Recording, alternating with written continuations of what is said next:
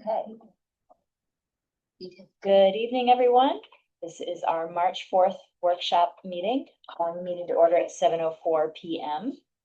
May I have a roll call, please, clerk? Trustee Bosey. Here. Trustee Bartis. Present. Trustee Hall. Yeah. Deputy Mayor Woods. Here. Mayor Foley. Announcements first. A sign of our times.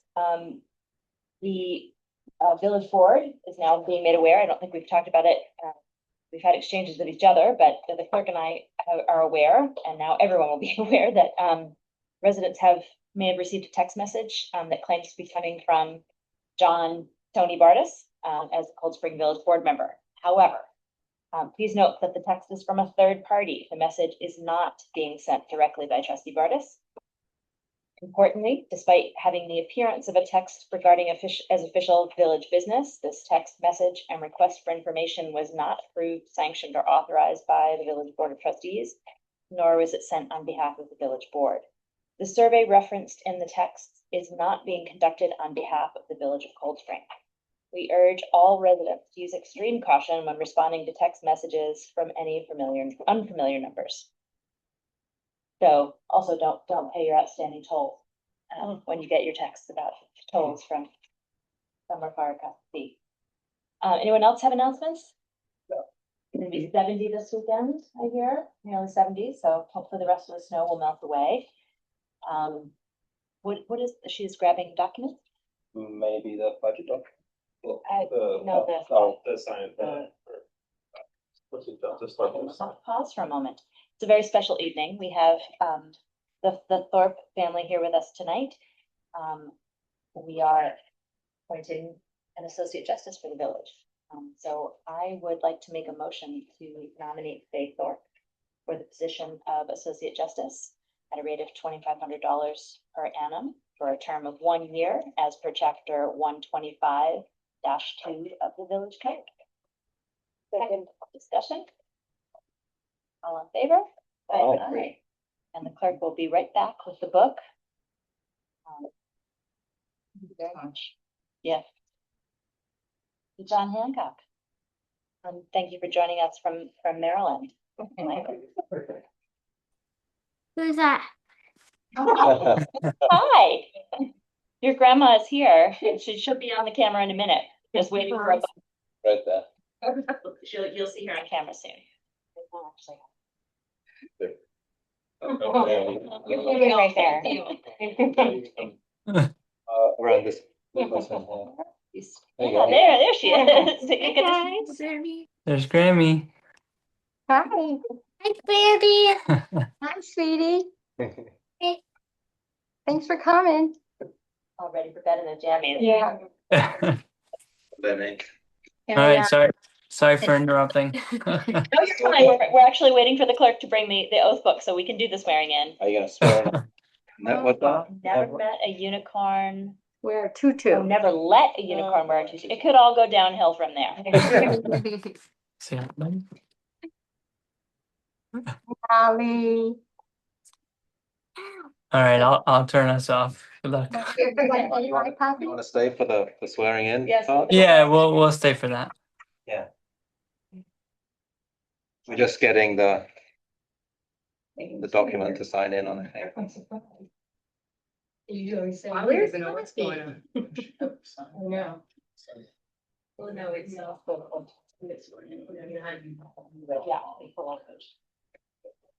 Yeah. Going to be smooth and so welcome to the village. There bounce along every road, and here is the clerk with the oath book. So we'll readjust the camera so that it gets in our justice and our associate justice. Where you going? I don't know. I'm up here with Luke. You wanna do it here? This is Luke Hilford is doing the swearing in, and we're just gonna get the camera adjusted so that family can see. Welcome. You could raise your right hand. I, Faye Thorpe, Faye Thorpe, do solemnly swear do solemnly swear that I will support the Constitution of the United States and the Constitution of the State of New York, and will support the Constitution of the United States and the Constitution of the State of New York, and that I will faithfully discharge the duties of Associate Justice of the Village of Cold Spring and that I will faithfully discharge the duty of the Associate Justice of Cold The Village Spring, of Cold Spring. Village of Cold Spring, according to the best of my ability. by the best of my ability. Great.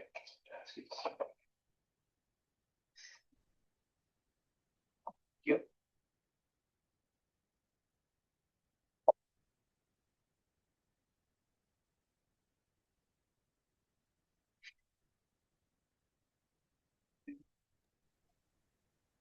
Yay, Brandy! Give it an opportunity to take pictures if you like before we go on with our agenda. You want to get a quick photograph together? Do you wanna get it? Don't want to get in it. Luke, you should stay in it. You have to be in it. You look important in your robe. Oh, Yeah. Very important.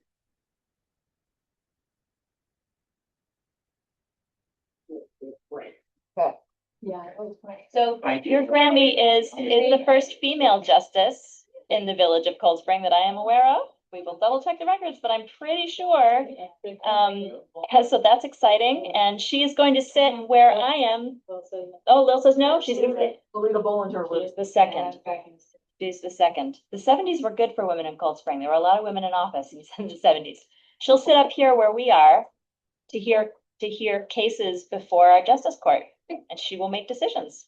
So she's got a very important role now.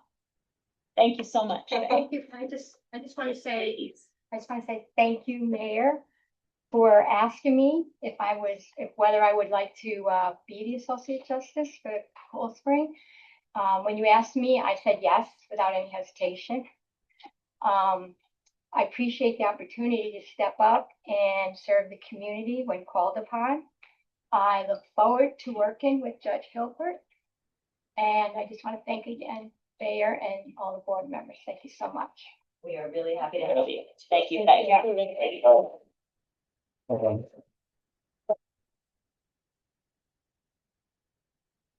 Have a good night. You're welcome to stay and talk about budget if you'd like, but we won't be offended. We won't be able to be scoot out. Yeah. Champagne for all.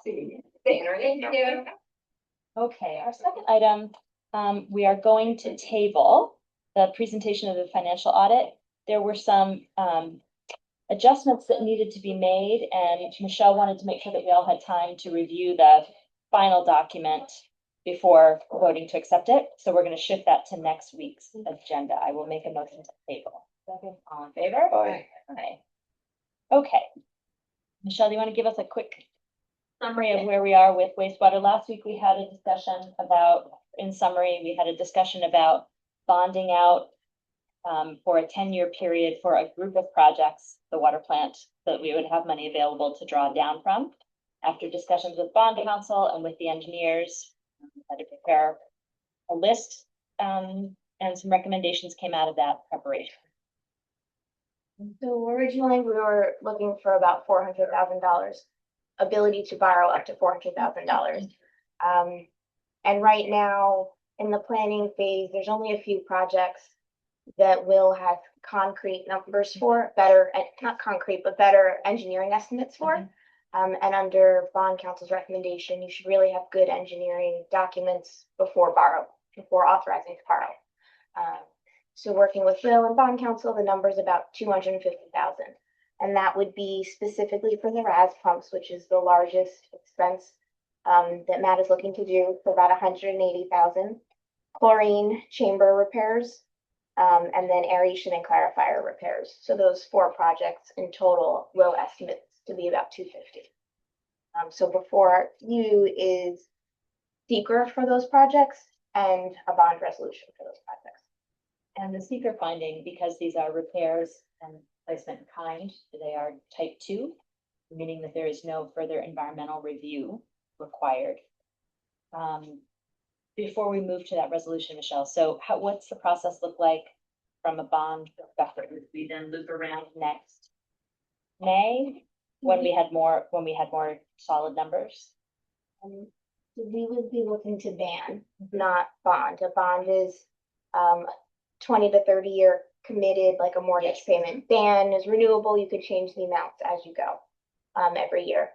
So in May, we have to decide in April if we want to actually draw down on any of these funds for the following fiscal year. So that April or next April? this April. Okay. And then every April 15th, financial advisors send the ban out to bid to get interest rates for us. So that's why we have a little bit of time to work with Matt and Will to see what's really feasible in the next 15 months. So I don't have an exact number. I do know that the chlorine contact chamber is out to getting quotes right now. So that is most likely one that 35,000 would at least be added to the bans on May 1st Okay, of this year. of this year. Got it. Thank you for the explanation. I have talked with bond counsel today about how to handle these resolutions. We do need to read the seeker resolution in its entirety. We'll make a motion for the excerpt of the bond itself. Any discussion before we go to vote? Any further discussion? Just another question. This is the first phase of a number of repairs, correct? Or items that we're going to need to ban for? Yes. And that's going to unfold over the next 1 to 3 years as we get more specificity from the. So yes, these 4 projects mentioned will most likely happen in the next 1 to 3 years. Yeah. And then there'll be another phase for the next 1 to 3 years after that. For summary, I was trying to do it all at once. So it was a one-time process, but advice of bond counsel, we should do it every few years. Your numbers are solid. That sounds very smart. Would someone like to make the motion regarding seeker? I will. Resolution of determination. Whereas the Board of Trustees of the Village of Cold Spring Board is reviewing proposed improvement projects at the Village of Cold Spring wastewater treatment plant project pursuant to the State Environmental Quality Review Act. Hereinafter SECRA. As far as the project is located along Fair Street in the Village of Cold Spring, as whereas the project consists of various repair, replacement, and maintenance projects of the wastewater treatment plant to ensure it continues to function satisfactorily and remain compliant with the CD's permit. And whereas the board has considered and reviewed the project as an action subject to SECRA pursuant to 6 NYCR 617.2B and 617.3G.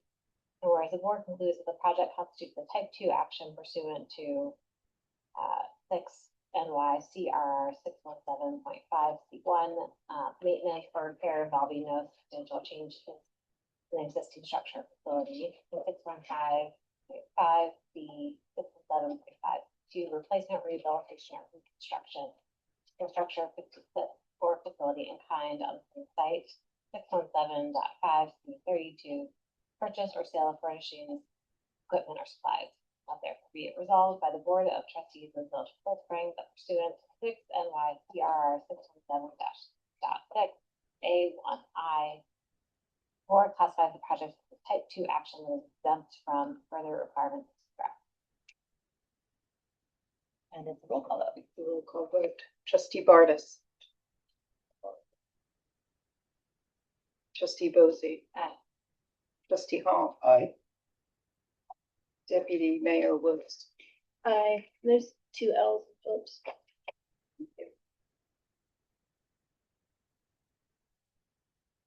Mayor Foley. And I vote aye. The full document for the bond resolution itself is available on the website or in the room if there are people who want to review it in the audience. It is several pages long. I did ask bond counsel if we could read, if you would identify the sections that need to be read into the record. Then we will leave the rest for people to explore on their own when they have free time and want to dig through a bond resolution. So I will offer, do we have a resolution number? If we're numbering resolution of determination, that would be 7-2026. And Laura just did? Yes. Okay. This one is 8. And the issuance of bonds in the principal amount not to exceed $250,000 is proposed resolution 8/2026. I will make a motion regarding resolution 8, authorizing the issuance of bonds in a principal amount not to exceed $250,000 to finance the construction of improvements to the wastewater treatment plant. I am offering the resolution and moving its adoption. It is a bond resolution of the Village of Cold Spring, New York, adopted March 4th, 2026, authorizing the issuance of bonds in a principal amount not to exceed $250,000 to finance the construction of improvements to the wastewater treatment plant, stating the estimated maximum cost thereof is $250,000 and appropriating said amount for such purpose. And then moving to the last page. Well, first I'll ask, do I have a second? Okay, the adoption of the foregoing resolution was duly put to a vote on roll call, which resulted as follows.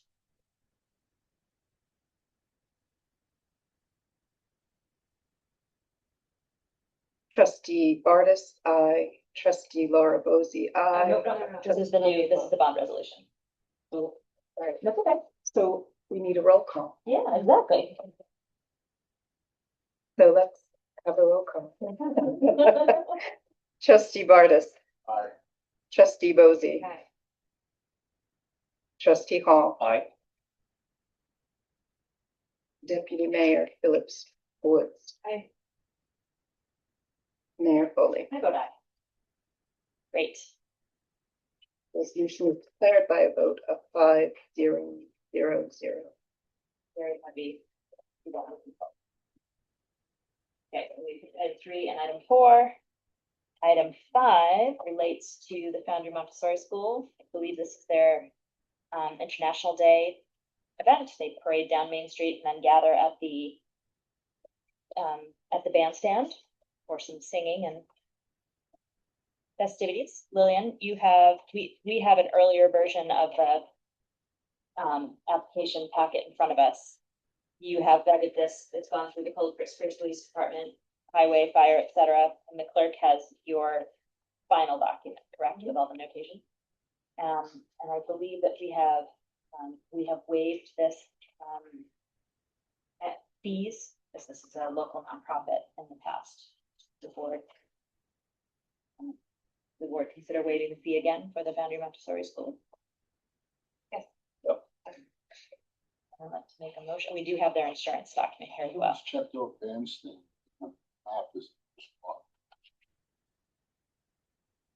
There's actually a map of the bandstand in that document, just wasn't sent back when Mr. Ford sent it back.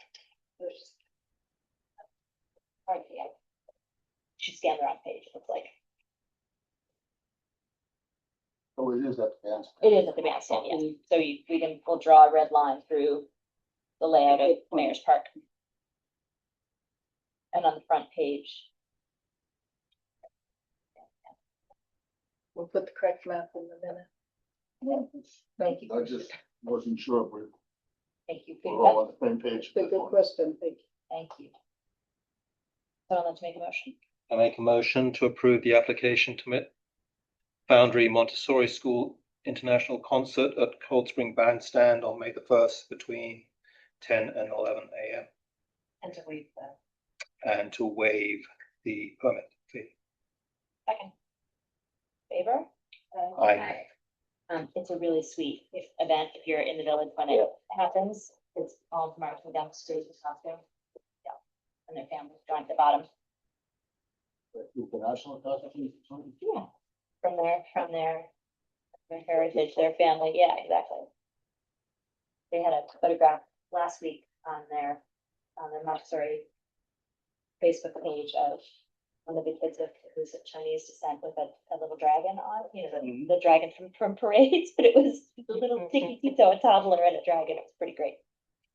Okay, I'm going to turn item 6 over to Laura. This is something that we have been working on for, I don't know, what? 2 years? Yeah. We applied together with Town of Phillipstown and the Village of Nelsonville for an assessment and adaptation study for the Nelsonville Woods to begin to tackle the flooding issues there that impact all 3 municipalities. So take it away, Trustee Bozy. That's right. So what's before us is a proposal from Preston O'Neill to conduct vulnerability assessment and adaptation plan for rainfall flooding. for Cold Spring area. And it's funded through a Hudson River Estuary Program grant that we've received for $75,000. It took a long time. Thank you, Marjorie, for your persistence to get the contracting through from the state. So now that the contracting is through, we can vote on this proposal that you all saw earlier ago when we shared it. And we will, work with them closely on this. The Climate Smart Task Force will also be involved. We got a lot of letters of support from organizations and residents in the area who I think will be interested to participate as well. And it's approximately a 1 year, like the aim is to complete this study by the end of 2026. Be the timeline in there. And there's a large community engagement component. Right? That's right. There's There's a site visit. site visit. We might, maybe we'll do something in addition to collect what I know is a topic of interest. And then it should set us up to apply for actual construction grants. Ultimately, though, I think there's like going to be a little bit of an in between between this study and applying for the construction or implementation. Any questions? Oh, the last thing that's, I guess, just important for us is in the budget. We, to make our grant more competitive, we gave a partial cash match. So we are contributing 4,000. So the total for their budget is 79, 75 from the grant, 4 from us, and then we'll also be tracking. Much of our match is made through what do you call that? In kind through our efforts as staff and volunteers. So we'll be tracking that to report on that piece of the match. And it is coming out of the current budget, or the 4,000 will come out of the next budget? I think it's this budget. Because we thought it was going to start earlier, So I just wanna honestly. make sure. Yeah, Okay. I think we were hoping it would start maybe last fall. Okay. Great. Fantastic. I'm happy to be here. Me too. And we have a kickoff next week, so get work. On Thursday. Oh, I was gonna ask that, I don't think they have Bugsy on that call right now. It'd be great to have him on that call, just for his Okay, knowledge of okay. that spot, if he's available. Okay. Would someone like to make a motion regarding? I make a motion to accept the Fastenal O'Neill proposal for vulnerability and adaptation planning services, and to authorize the mayor to sign the authorization to proceed with the project's general terms and conditions. And proposal that is dated December 16, 2025. The budget of 79,000. Second. Favor? Aye. All right. Thank you, Laura, very Great. much. I'm gonna do this right now and hand it to the clerk before it goes onto the mulch pile that is my desk. It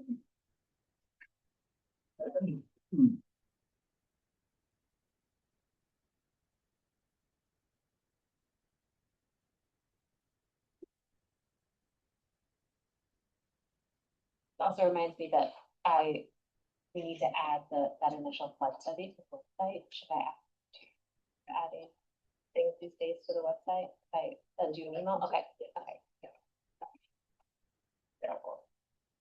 It's asking how you would like to receive the invoice, by mail, or online. Email. Trying that out.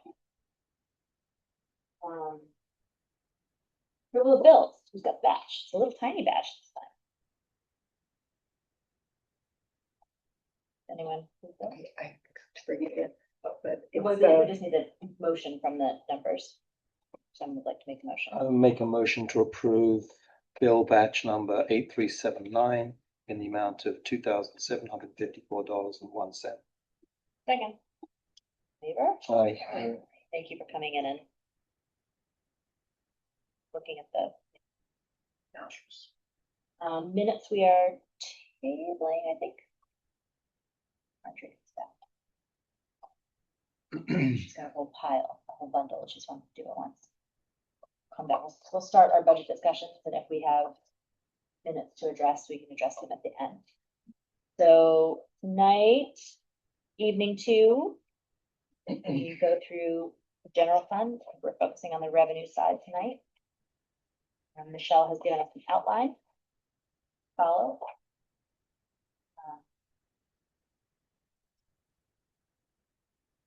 And take it away.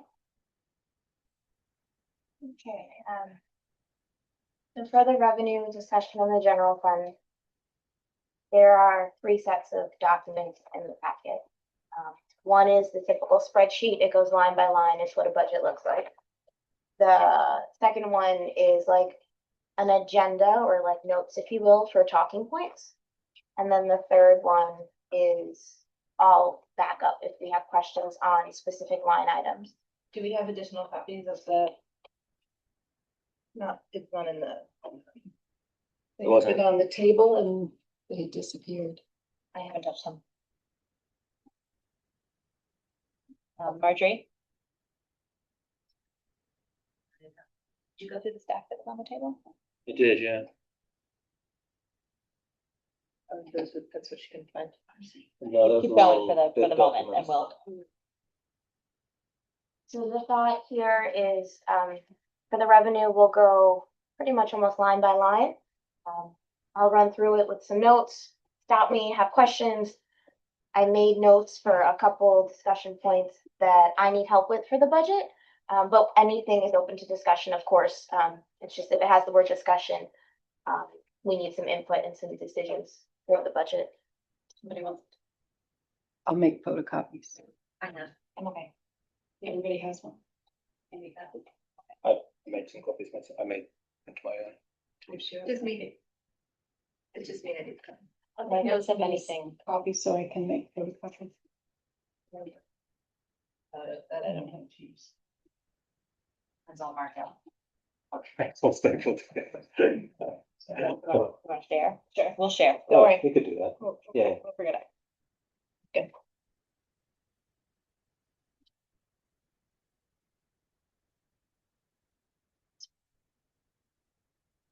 I'd like to focus on the Word document that says discussions at the top, and we'll run through that. I think that's easier than looking at tiny numbers. I agree. So the first revenue is property taxes. We talked about this last week. It's the tax cap for New York State. Right now, it's still the maximum that the village is allowed to levy in the draft budget. The next item is the Fireman Service Award. We also talked about that. It's a definite 8,000 increase over last year. It's split between Cold Spring, Nelsonville, and Phillipstown. So for the village of Cold Spring, about 4,000 increases from last year on the fireman service. And then the other 4,000 is split between Phillipstown and Nelsonville in the fire protection agreements. The LoSAP report is a little bit on a lag. So there's an estimate of about 46,000. But because we're on a lag and the contribution in the current year is going to be a little under, speaking with the actuaries, 47 is a better figure to contribute. And then the report will be finalized probably sometime at the end of March to confirm that number. So what we have, are we looking at B? Yeah, so it says 46 on this one. Right, so they are saying 46, but if you look at the year 2026 on excerpt B, they said that the contribution should have also been 46 in our current year, but our budget is 39. So to make up some of the difference, even though it was a good investment year, the actuaries at LoSAP think that it should go up to 47,000. Sorry, I didn't follow that at first. Thank you. This excerpt here is 2 years old, so that's why it's a very round number and it's a very preliminary estimate. And then, like I said, the report with the actual contribution number will come at the end of March before we adopt the budget. To be sure. You did say all of that once and it did not link. Thank you for saying it again. Michelle, can you remind me again when that is received or when that's revenue, right? That we pay out, that we have to pay out against. So LoSAP is the Fireman Service Award, like a retirement for the volunteers. The village pays out the amount, the contribution to the fund. but collects property taxes Uh, for a portion of it, and then bills Nelsonville and Phillipstown for the other portion of that contribution. Village of Cold Spring and the taxes raises about 52% of this contribution through direct taxes. The next line item in the budget is penalties on real property taxes. I increased it from 10,500 to 12,000 for estimates for the next year based off of the past 2 years are hovering more around 12,000. The year-to-date number on the spreadsheet is only 8,000 because that doesn't include the amount that the county is going to make us whole on for the taxes that we sent to them a couple weeks ago. Occupancy tax.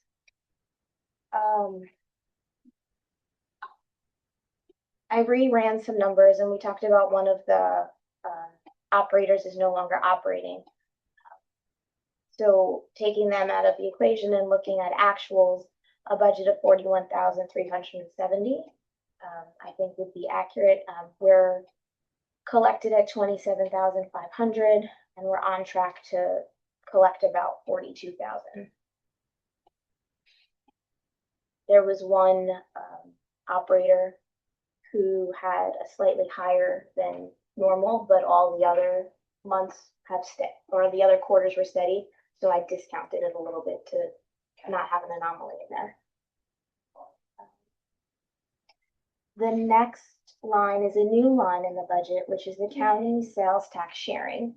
Based on the IMA, it's a $50,000 contribution in the county fiscal year, which is the calendar year minimum. The contract runs December to December, and because it's a 2-year contract, this next coming budget cycle should see a full 50,000. But when we get to the year after, we'll have to prorate it. And as we learned at the end of December for the January payment, that's when they make the village whole on that 50,000. So the county will distribute 1/9 of the 1% each quarter. So it's not a flat 12,500 every quarter. It's 1/9, 1%. And then so just using quick math, if the village received 1,000 each quarter, the county is going to give us 47,000 in that last quarter. If we receive, 13,000 each, then great, the village got more than 50,000 at the end. But the county will make a call at the end. So that's why next year will be a little harder to budget, but we're covering 12 months in the next budget. And I think 50,000 makes sense. Kathleen and I had talked about how to do this. Well, we had a conversation with the finance commissioner and with the county executive staff to make sure we were understanding how that was going to work. Because when we got the first check and it was, I don't know, $1,800 or something, we had a bit of a heart attack.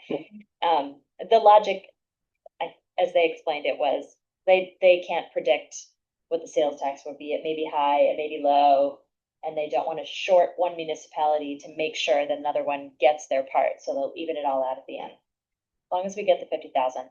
This is the enabling legislation was for 2 years. So we need to once something is on the state's docket, it's hard to take it off, right? So it'll be easier for us to carry it forward, but we need to start negotiating as soon as we get through budget season, start negotiating for 2027. Because 1/9 of 1% is a pretty teeny weeny piece of the sales tax. The next line item is franchise fees. The village has a franchise agreement. The village receives a percentage of sales on the franchise agreement. The village's average is anywhere from about 9,000 to 10,000 a quarter. So I put 36,700 into the budget. And that's related to cable or something, right? Yes, all T's. Doesn't that end? When does that end? I looked it up. I don't know if it was a 5 or 10-year agreement, but it's not expiring in this budget cycle. At least 1 year on it. Okay. But Cablevision for 10 years. Altice 10 years. 10 years. Now it's back to Optimum. Altice doesn't Okay. exist anymore. It started out as Cablevision, it went to Altice, and now Optimum. But it's still 10 years. It's different than Optum, perhaps the worst marketing choice of all time. Police fees. If the village charges for commercial details, police fees would be here on the revenue, but it's hard to budget because we don't know specific filming or anything like that where we know we're going to charge. So the $30 that we see here in the budget for police fees is for incident or accident reports. The village currently charges $5. New York State charges $15, or the DMV. The DMV charges 15 plus the $7 search fee, so I guess 22. This might be when we talk about overall fees, a small thing to increase, but helpful nonetheless. Yeah, I do want to tonight go through and flag things as we're going along in the fee schedule. I do think that that's one of the places where we should increase. We should at least be meeting what other agencies are charging. Do you want to go to 15 or do you want, sounds like DMV is hitting at 20. So Yeah, there's 15 for the report Plus. and a mandatory $7 search fee. 22. We'll call it $20. Any thoughts on 15 versus 20? 20. You get 20. Okay. Onward. One last thing, municipalities are allowed to charge more. I looked it up, Nassau County is above the 15, so there's other people out there above the 15. That includes the search fee. Is that right? What is that for again? There's incident report. So like if someone requests a report for insurance purposes or something. Yeah, there's a service when we get automated requests. Next one is building permit fees. I put 36,000 in the budget for next year. This is trending upwards. Right now, the village has received $29,000 in permit fees. We had 30,000 budgeted last year. It's a good thing. People are improving. Yeah. The fees are going up that are being collected. So based on trends, I went up to 36. I don't really know. You can't really predict if there's going to be a big year. It might be a lot of little projects. Right. We had a new house built, so that contributes to it. I don't know if any more large constructions happening next year. So I think 36 is a conservative number. We have asked for a proposal from code enforcement regarding fees. We haven't received it yet. I need to nudge again to get it in. I want to get their sense of sort of all of our fees within the building code to make sure we're competitive where we should be. Next line item is the registrar vital statistic fees. This is a New York State, you have to charge $10 for a birth certificate or a death certificate and $22 if someone's doing a genealogy report. The village doesn't have discretion there. So this 2,400, although the amounts last year and this year are higher than that, the real ID, and I see that the volume is starting to trickle down a little bit. People always need a birth certificate, but it's not that huge rush that we had. Well, and also the numbers will over time continue down because people stopped being born at Butterfield in '93.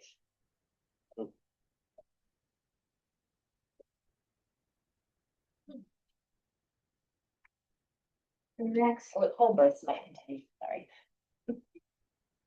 parking lots.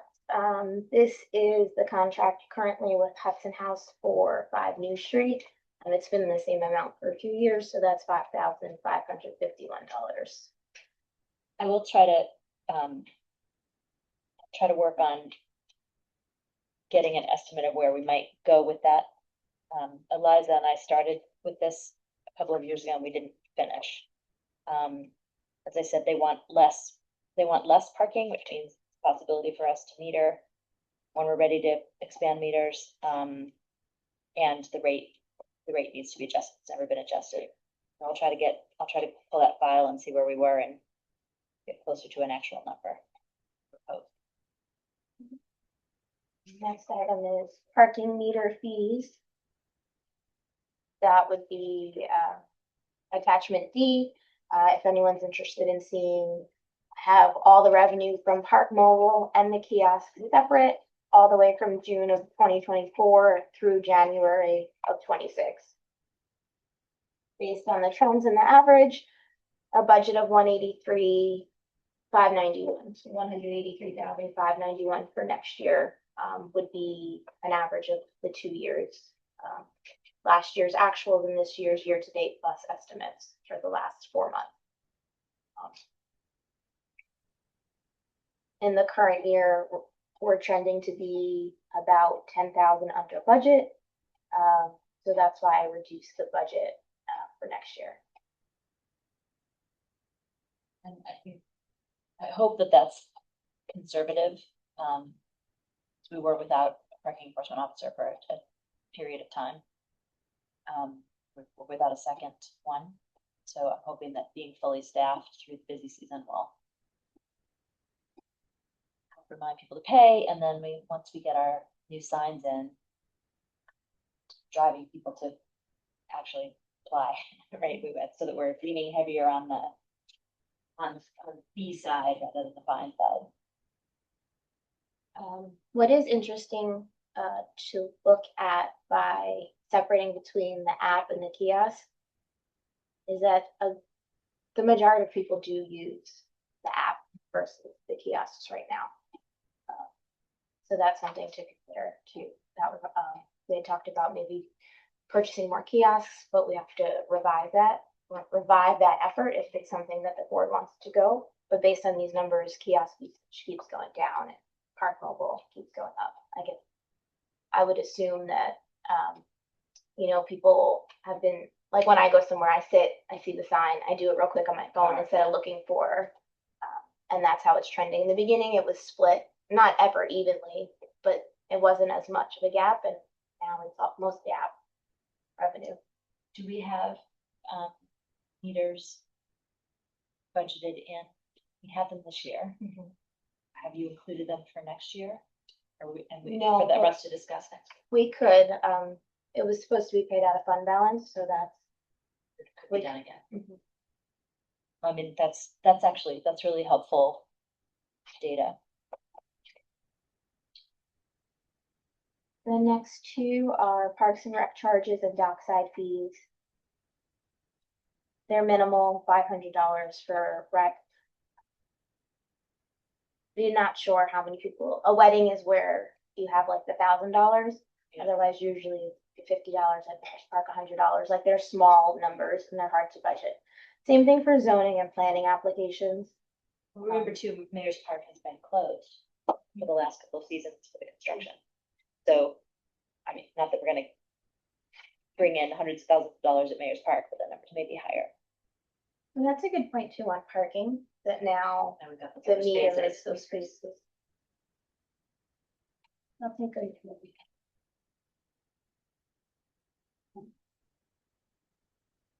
There are probably 20 spaces.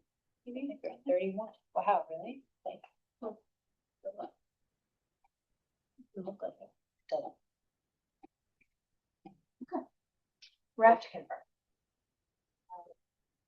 garbage charges, since billing for extra service has gone over to Royal Carding, that's a zero. Zero on the expense, zero on the revenue for specifically extra carding above and beyond the one per tax parcel. When does that line then go away in the structure of next year's budget? Okay. Income from sale of recycling material. This is usually scrap that the highway department recycles. HDRB, this is a discussion point. And the HDRB's budget request, which is attachment K, 1 and 2 because they sent it in 2 pages. They are proposing, if the board would want to, increase the application fee from $30 to $40. It's been $30 for a long time. And then with that, they'd also like to move away from a public hearing fee. They're the only board that does it, and move towards the escrow model. So that if HDRB knows that if the application is going to be a public hearing application, then the applicant would put up an escrow, draw down on it for the notices, and then refund it at the end. A small HDRB project that is straightforward, that wouldn't require a public hearing, or they don't anticipate, would just be the $40, no escrow needed. Lauren and the HDRB board put some language on when they see escrow to be collected and whatnot. And then all 3 boards would follow the same model. The application fee would not be the same. HDRB would still be less than planning and zoning, but then public hearing and legal fees would all be escrow paid. So I talked with Jonathan DeJoy about this today.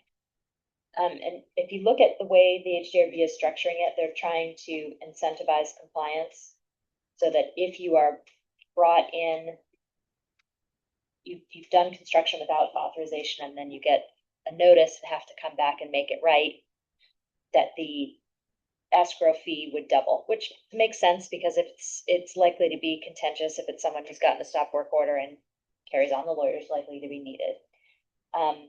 Jonathan, they are authorized under the code up to right now the fee schedule allows the HDRB to collect $1,000.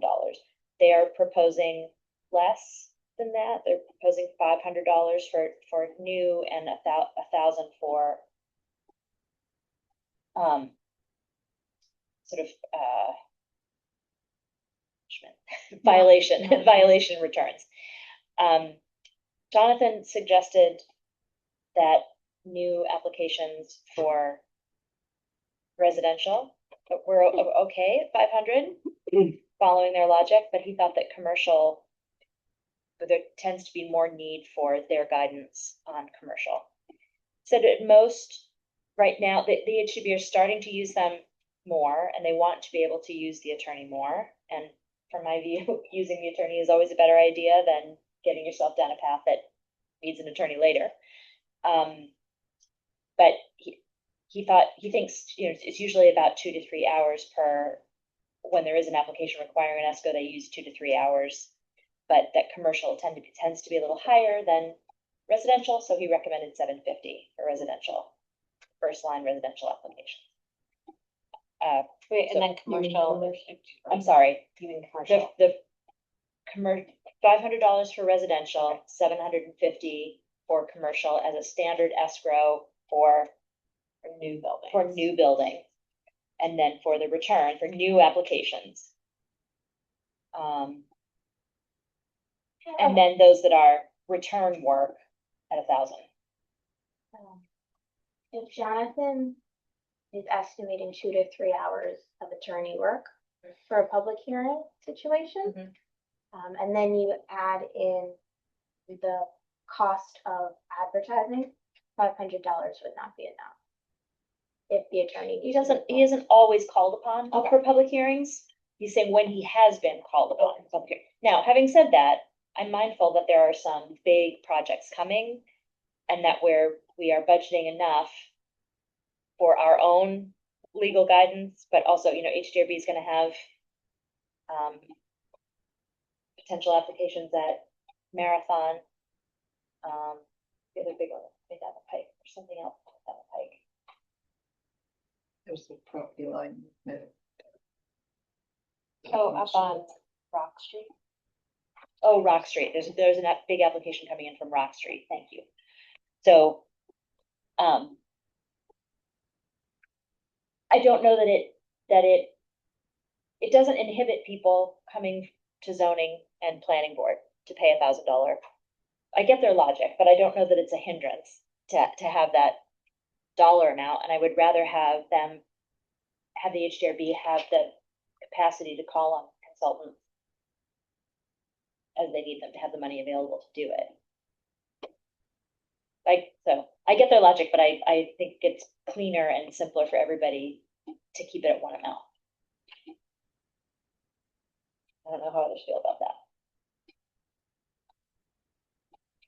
And then what is unused is returned. And what's unused is returned. And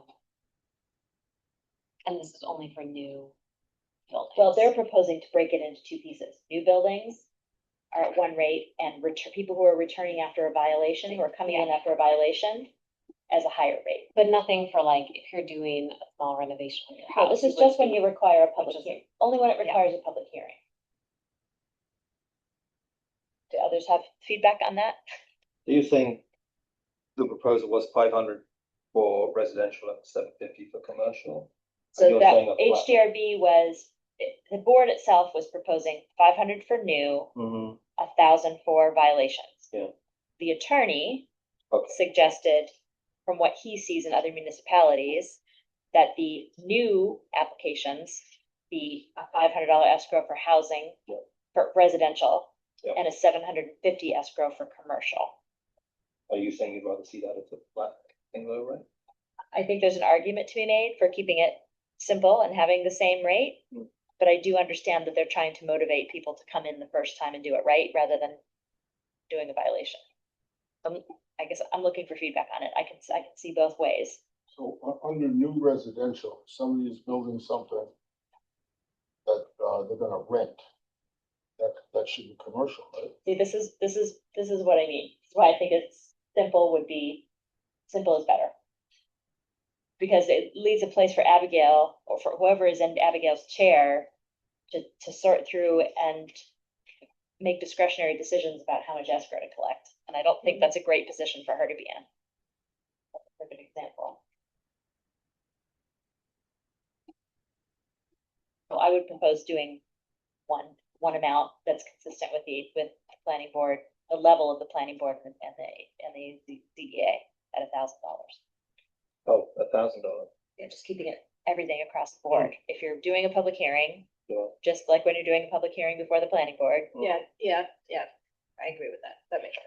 This is in addition to the building permit fees, correct? Yes, the board That's- fees are separate from the code enforcement fees. So It's to cover the cost of Abigail and the building I and understand. the Zoom and all that stuff.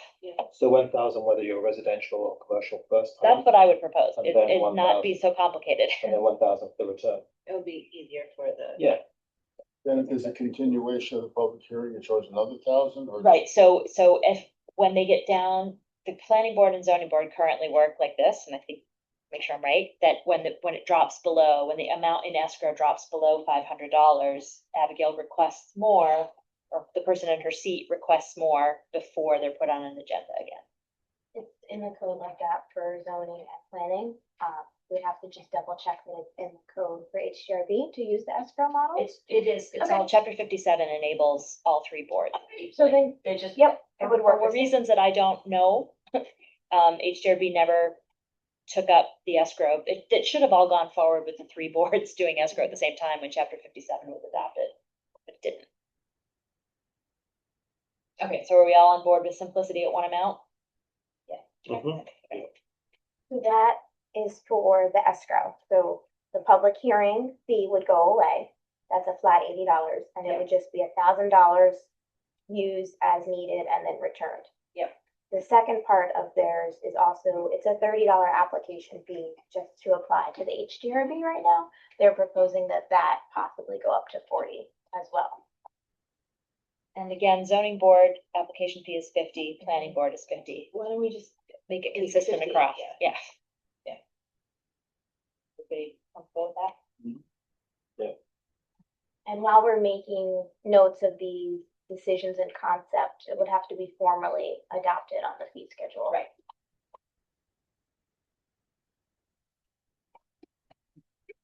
So that would increase the HDRB budget. 6,000%. So it's Well, it's not, I don't think that's escrow bad. is, you give it back if you don't use it. It's not like we're getting $1,000 in the bank. escrow. And the one thing, can I please ask that when we go through and update this is the least easy document to view in all of the village documents, the fee schedule. I would like to make it more legible in Excel and group it logically and clickable online. That's amazing. Okay. Like right now, I'm having a hard time finding escrow because it's separated from the boards. It's after, okay, I got it. And next, after HDRB, is fire protection. Actually, sorry, before we move on from that, now that I'm looking at the fee schedule. DBA does have 500 to 1,500 depending on the application. So the ZBA has a range, like what the HDRB is proposing. I like what you said about taking the guesswork out of it. So maybe we should, when we are going through the fee schedule, we should make them all the same.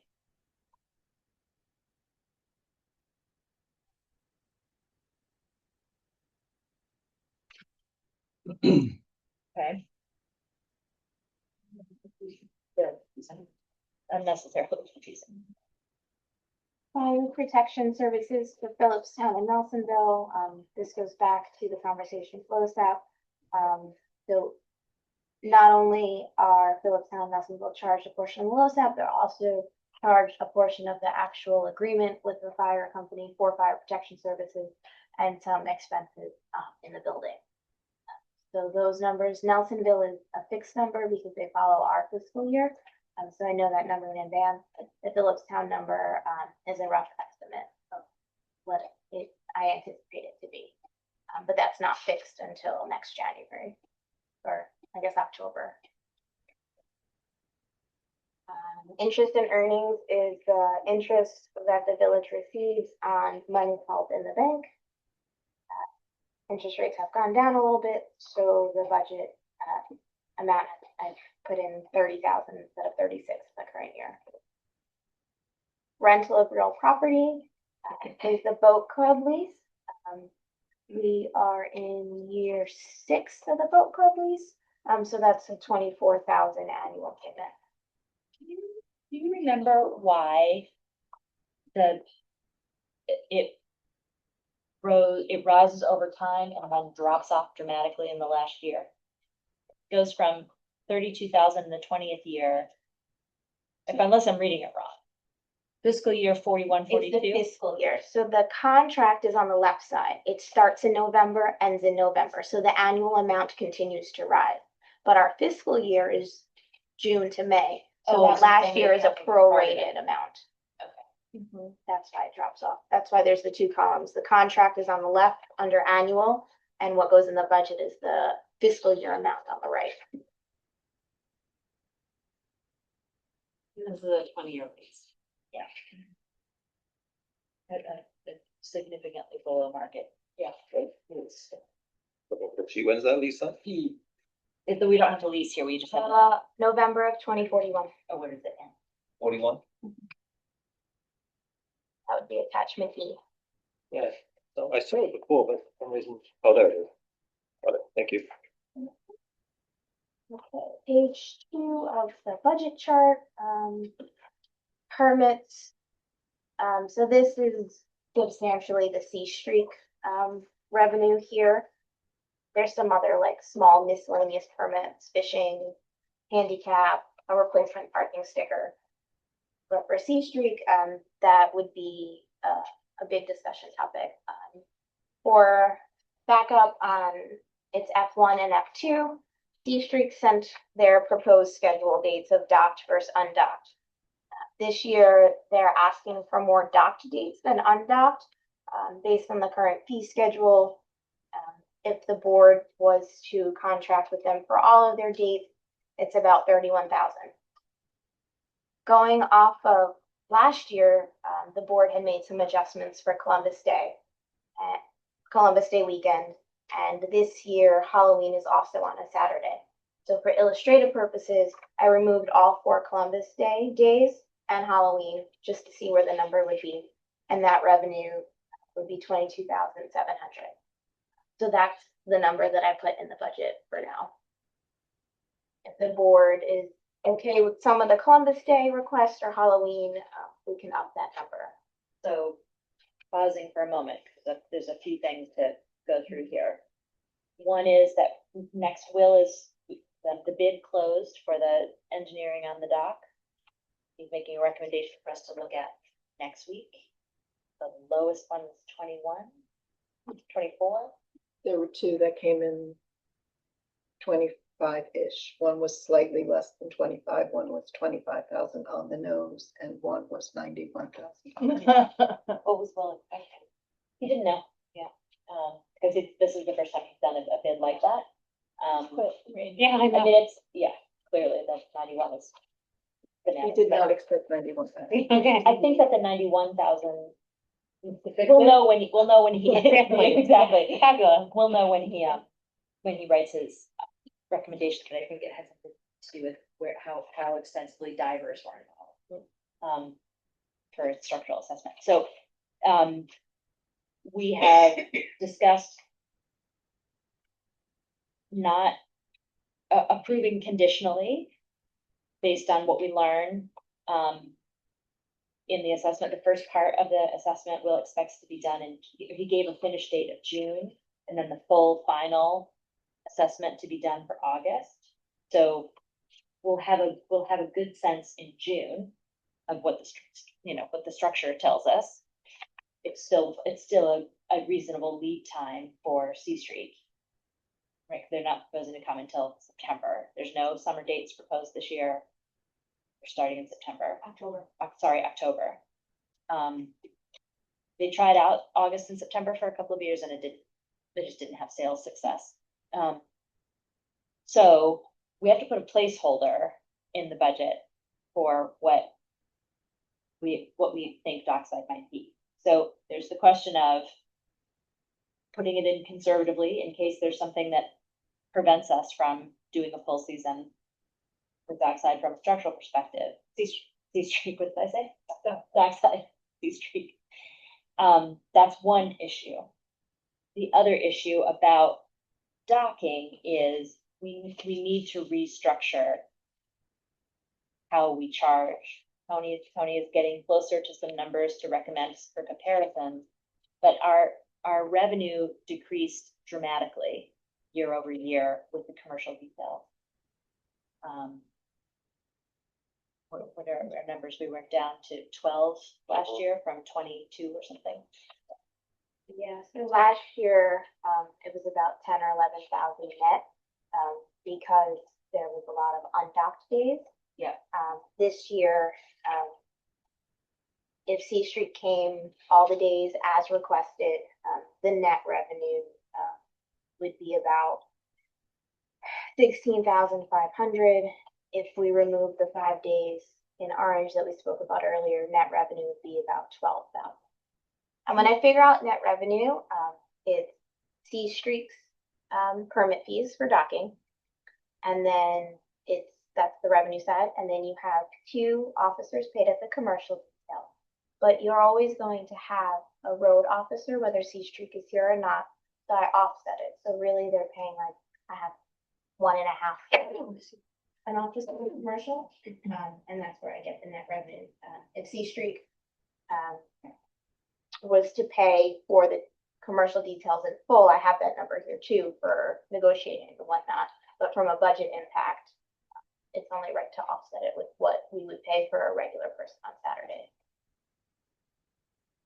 So I don't have an answer tonight. I'm open to conversation, but my thought, the discussion we've had is going back to the way contracts were structured, which is a docking fee and an expense charge for the commercial detail, and adjusting the docking fee based on what Tony's finding. What are you getting any sense of?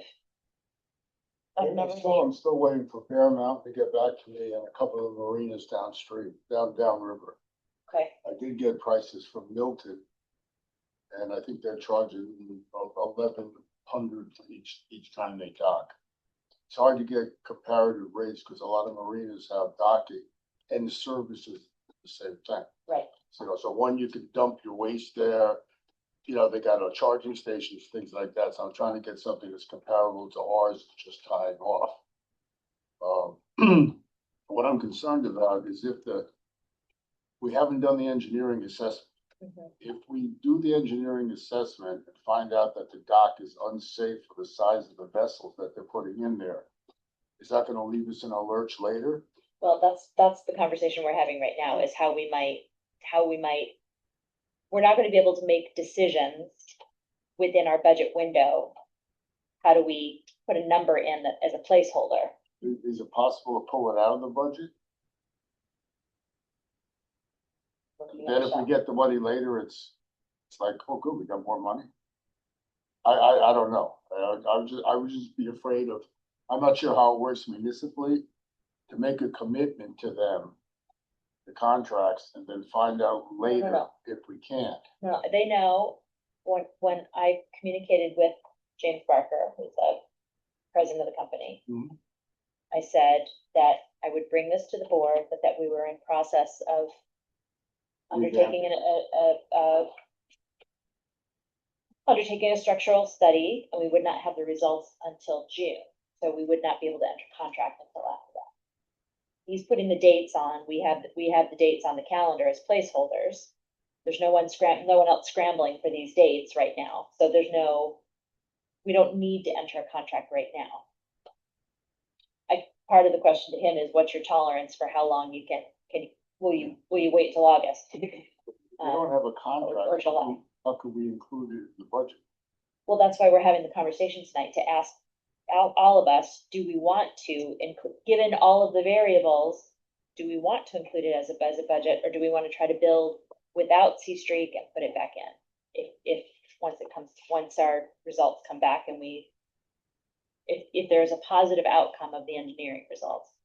Well, if there's not, then we're gonna have to schedule the work, which pushes it a long ways away. Well, and that Yeah. it will take, that there will be engineering if there needs to be engineering done. Is there any sense of what the outcome could be without prejudging it? Is there a general? I don't have it, I'm not a marine engineer. Yeah. I mean, I know that there are particular things that need to happen on the dock for just safety things, right? We need to add a ladder.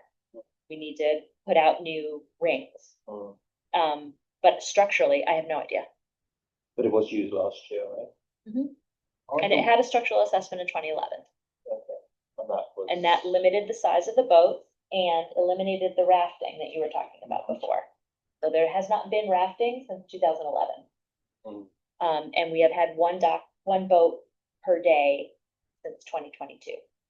And what's the best case scenario for completing that engineering study? June. Okay. June for the first part, August. And then they would for be the coming second. in October, right? And then be starting in October. or something? Right.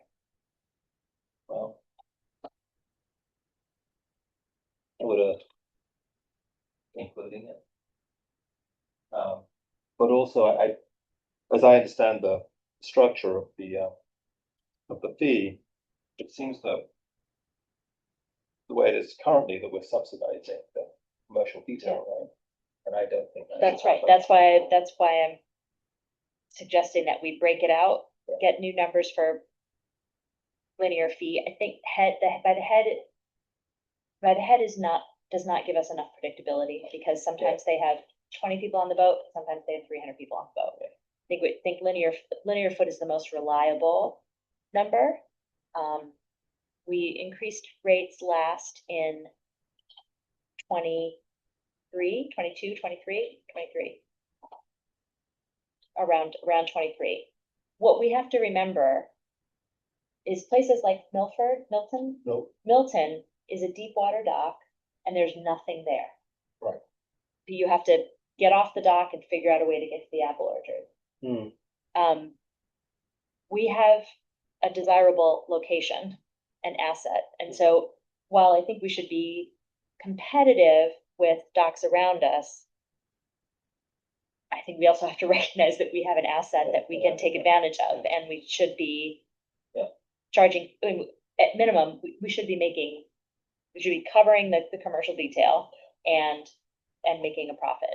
For the impacts, we should be, And if the I'll say. village moves towards that kind of model, so from a budget point of view, you'll have your revenue, which would be revenue that can be spent on anything.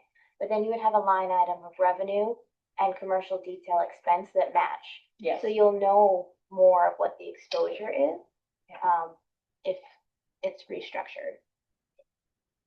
I don't know what that number is per linear foot, but my gut. It's a terrible way to make a decision, but I feel like we need to make sure that we are recognized that people want to, we had 3 other boats want to come here this year. They were too big for our dock, but we're a place people want to come. We're not Milton. We're not the marina in Peekskill. It's a different kind of destination. And go ahead. C Streak has, negotiations aren't always easy with them. No, and they've they asked don't- for a meeting. But so I think it's also tricky to put a number in the budget when it depends on negotiating a new price with C Street. So I wonder if there's any, like, are you planning to talk to them too? Yeah. I got an email from James last week and she said we have to schedule it. I've retracked the size of the boats that come, because last year I seen a pretty much larger boat coming up the river and landing. Did they tell us? We tell them that the limit is 132 feet. There was a larger vessel that came in and docked without permission last year. Oh, okay. So the police department went down and addressed that boat and they had to go out again. That was an emergency. I can't remember why they were, They were coming upstream because of the hurricane. maybe, it was the hurricane, Yeah. yeah. So that's not, C Street isn't bringing bigger boats than they're allowed to bring. They're bringing within the line. So the police keep track of that. That's right. Okay. And that's one of we have a detail. So one of the duties is. Harbor officer. Harbor officer, exactly. One of the proposals that we received from another company was for a smaller boat. Wasn't it one that was doing kind of like little stops? Yeah, Like, I thought it sounded like a nice Yeah. idea Yeah. and would also have less of an impact on the dock. Is there, I Any encouraged him potential to with come in with a proposal, and we haven't heard and we haven't heard anything, That's too bad. but we can follow up with him. He's very eager. Yeah, it just sounded like it was more in line with what we want to see in the village and, I think so too. and again, if like we have concerns about the dock, then it's not like a smaller boat. So Smaller would be better. I was interested in that. I mean, one of the things that we've talked about over time is not this configuration of the board, but different configurations of board. The board talked about is weaning away from C Streak because of the impacts, right? Some people say it's better to have people come by boat, not by car. Some people say it's really hard to have all of these people arrive in the village at once and feed them and get them through toilets and all of the things. It's just a bad idea. There's also the view shed.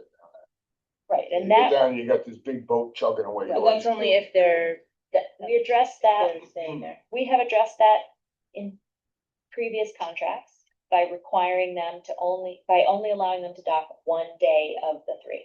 They have to be off the dock while the boat is here. This year, they're asking for more docked days, which is more money for us, but the trade-off is the view shed impact. What if we were to, and sorry, I didn't finish my thought. The thought was that we have talked in the past about weaning away from C Streak as a budget builder, something we build a budget around. What if we were, I'm probably gonna give Michelle a heart attack. What if we were to say, take it out completely? Take it out and see if are we as reliant on it as we once were? Do people have a stomach for that? I don't know, Michelle. It's not a bad idea. I've thought about it. I'm not fully through the expenses. I've done significant amount of work on this. Some of it is pending discussion tomorrow. Yeah. Expenses are over revenue. They always are every year. So we'll have the conversation about what the village can stomach to cut or not, and if we need it at that point. And this one, while I love decisions while we're on that item and forget about it, I know that this is one that can't be decided tonight. So I highlighted it and I think that it's worth removing it to see. But on the flip side, I will remove the commercial detail so it be not a full 22,000 impact, it's a net impact. Right, right. It's also for all the trouble of C Street, it's bringing us in potentially $12,000 a year. Yeah, right, exactly, really. And a little bit of sales tax. But then if you had that smaller boat service, there's potential that you could maybe even realize that amount of net revenue if you're not. Because the using commercial police detail would be, Yeah. would need it. Do we know what it costs us for the police to be down there and all that, and does it balance out? That's Maybe. what Michelle's got in front of you. Do you have the sheet? So we know what it, no, I couldn't find it. Sorry, go ahead. Well, just off the top of my head, if say we were to, if that smaller service was to come to fruition and it was going to bring in say $7,500 net revenue, Yeah. that to me would be Yeah, a exactly. worthwhile. Yeah, Mm-hmm. that's how I feel. Yeah. Yeah, I was really interested in that proposal. Yeah. And honestly, I mean, the restaurants do really well. Some of the shops do well. A lot of the shops complain that it's too many people in the shops at once. Too much. Except that everyone is fairly reliant on those boats, regardless of how much they complain. There is a significant, while it is for everyone, there's a big take, but there's also a drop, even, for the employees who are working at those shops too, tips and all that stuff. They rely on that. It's real money. And so, I'm not arguing to keep it in the budget. I'm just saying that, like, for all the gruff and the complaints that we hear, there is definitely a lot of those businesses do really well. 100% rely on that, even though they complain about the bathrooms and, all the things. I mean, the flip side of this decision is the blowback we'll get on the other side from businesses and chamber. I don't know how we balance it, except to say fewer runs. Okay, we keep the boats, but fewer runs.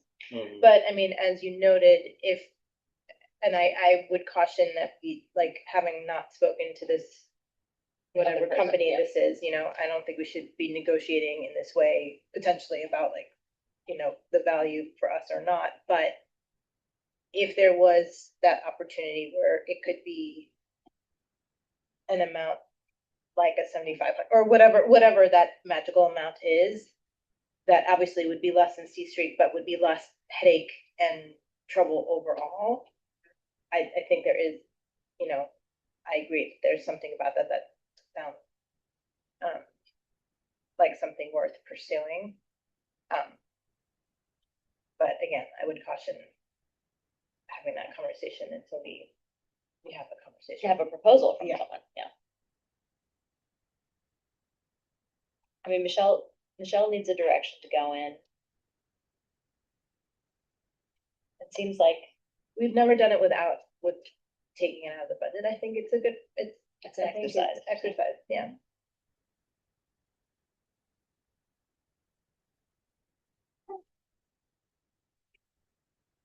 I think that's fair. That also does create one more thought. If we were not tied to C Street for every weekend of the fall, it does create other opportunities for not just the one we've been talking about, but for other small. I don't know how many small companies exist on Hudson, but potentially others could step forward. Okay, have we beaten that one enough? Next. Parking waiver fees is budgeted, at 0 right now, because we don't know.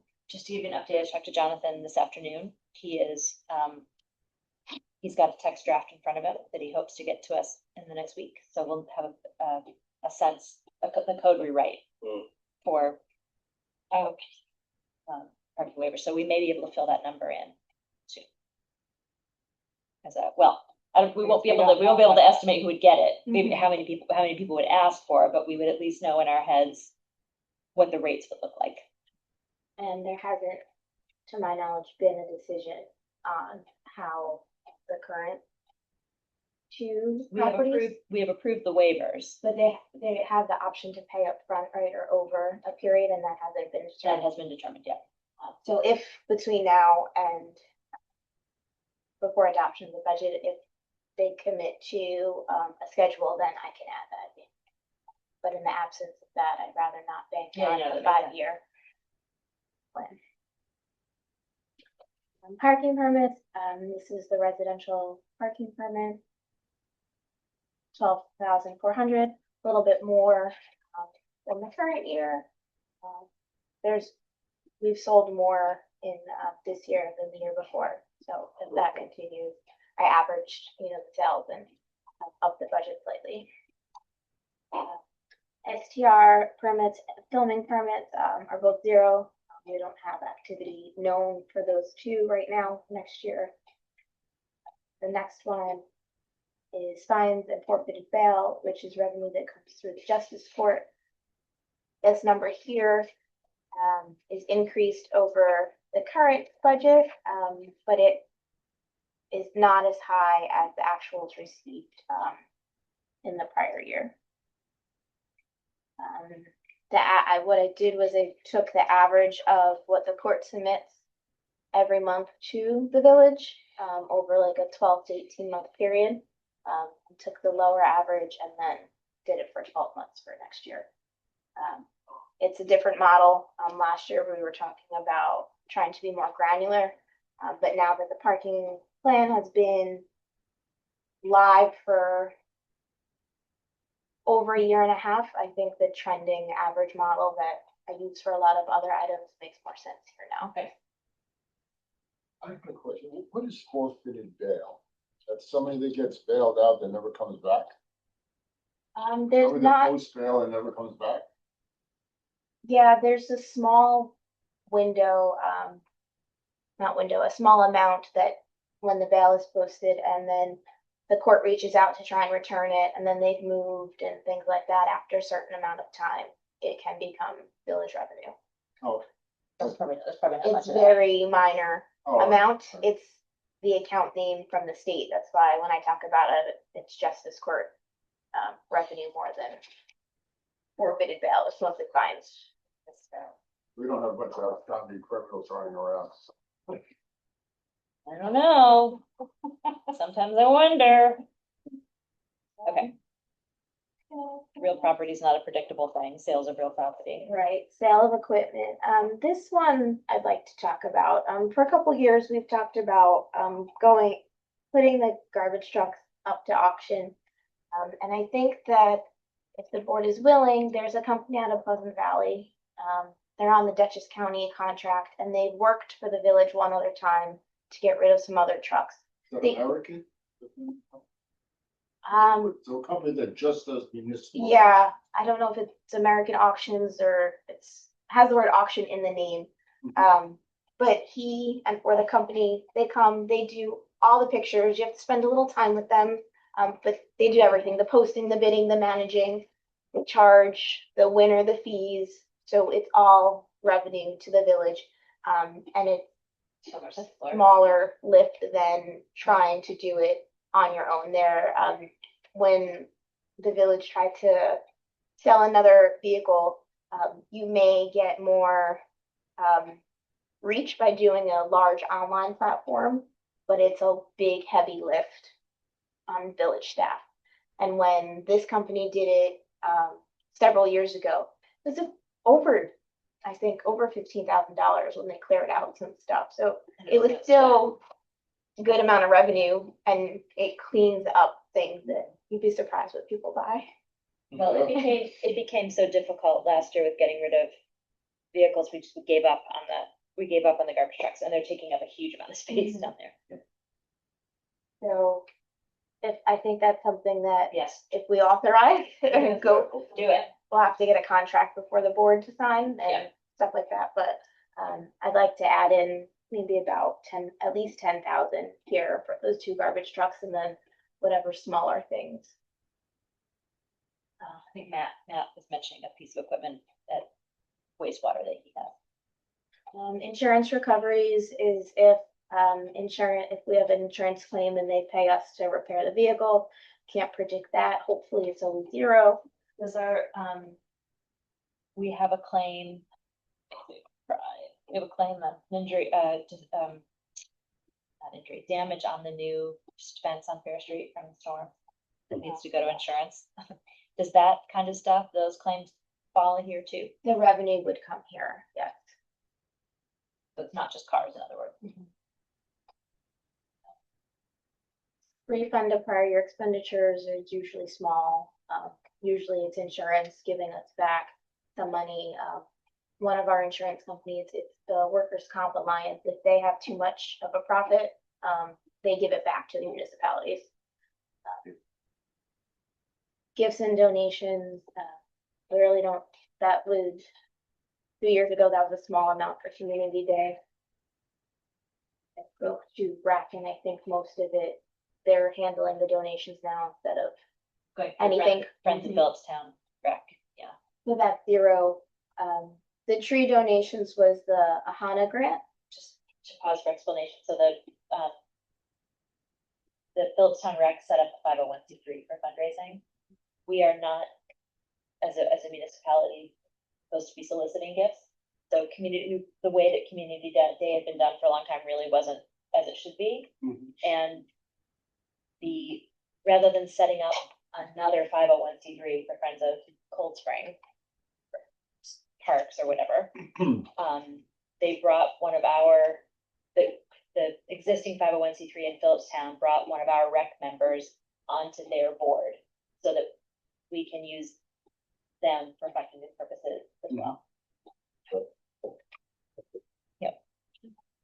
Miscellaneous revenue, I put 2,000. You never know what it's going to be, but like I said, it could be 1 year we got a refund from Columbia settlement. And, so I think it's safe to put a small amount, but I can't tell you what it's going to be, but we always get some kind of small revenue from different sources. And the next chunk is state aid revenue. The first number, state revenue sharing. This is the classic AIM funding. It's been the same amount for well over 10 years. It's $16,537. The next one is mortgage tax. It's been the same for how long? Well over 10 years. That is Aren't they increasing that, but it was by like $50? I'll get them. Okay. I don't know why they couldn't put the numbers together for talking points, but And remember, we had that after COVID, we had that 1 year where they doubled AIM, or we had an extra. There was something we got an extra amount. Anyway, it's not happening this year. Keep going. it is Differently. Sorry. mortgage Shut up. tax. Sorry, mortgage tax. Going in order. 20. Sorry. Don't mess up her flow. Sorry, Michelle. The arrow went up and down. The eyebrow, then you know you're in trouble. Mortgage tax years ago was a high amount, and through the years, so COVID it got really high, like 30,000 twice a year instead of 30,000 for the full year, and so the numbers have trended down, but now they're starting to trend back up. Nowhere near 30,000 a quarter, but twice a year. We're at 16,000 twice a year. So I put in 27 to average just in case that 1 year was an anomaly, but it went from 9 to 12 to 13 to 16. So I hope that it continues to trend upward. Nothing on the market here. The next couple state aids are all 0 because through New York State, general fund grants live in the general fund. So state police was the LE Tech grant, Greenway, dormitory. Dormitory I have to work on to find out to figure out how much we would actually spend next fiscal year to know how much revenue to attribute to that year. that's the roof, Tony, that you and I did work on with Will. The next one is TMA. I don't remember what it stands for, but that's the addition to AIM. The state, starting to Yes. gave an additional $1,100. And so the good thing, from the last NICOM advocacy, the state is looking to up this 1,100. I don't know by what, probably $50. And I think that's what it was. But it's on the table. They could surprise us. Wait, I mean, I'm sorry. What? $50. Yeah. Yeah, it's based on like. They're gonna pay calculation. more to send it through the banking system. Yeah. But you know, just like a note for the record, how gross that AIM has not been increased in 10 years. Yeah. Gross. There's someone, Oh, missed my big moment. could you make the, limit the access that they're. Before we. I forgot that we were skipping soon. We do one at a time. Yeah, it's just the. Somebody wait to come in yet. Not a name. Sorry. You can't hit suspend activity. You know, for. Oh, yeah, public suspend participant activities. Look meetings, at that, at the bottom, all the way at the bottom, the red. all Yeah. participant activities. Suspend. There you go. Yeah.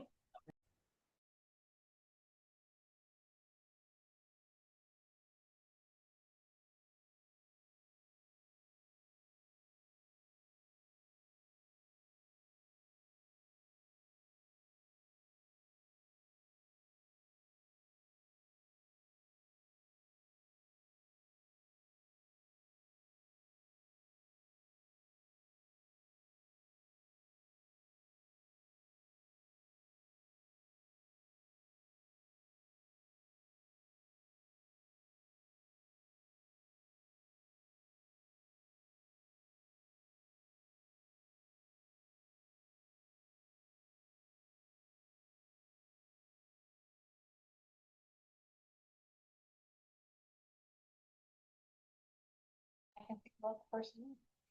Unmute myself. We're having some technical issues. Person gave up on this. Whoever- No, I think they're still, it says participant two. I think they're still in the waiting room. Well, I just finished, No, I think you're okay now. Now everything is unchecked. okay, where's, are we? Now on? press participant. Bottom. Yep, and then, Okay, so I'm going to. Yeah. Person is just coming on. Sorry, it took us so long to see you, and then we had some technical difficulty bringing you on. So welcome to the meeting. I think, did we lose Mike? yeah, Okay. Oh, we left him go. Okay. All right. So we were talking about next dating TMA and then NYSERDA. So NYSERDA right now, 0 pending, how grants go. But here, if it's a net 0, so if we add revenue from NYSERDA, we would add the matching expense. CHIPS projects, available through all of DOT sources like CHIPS and Pave New York and things like that. Assuming that the village spends about 100,000 in the spring of this fiscal year, and the budget stays the same at the state, usually has stayed the same. If anything, goes up a little bit. Estimating that for next fiscal year, the village would have $367,000 to spend on CHIPS. And speaking with the auditors on how to budget this properly, if the village isn't going to spend all of that, we probably shouldn't put the whole number in the budget. We have in the past for flexibility purposes, but now that that number is really large, it kind of skews the budget on both the revenue and expense side. So Will,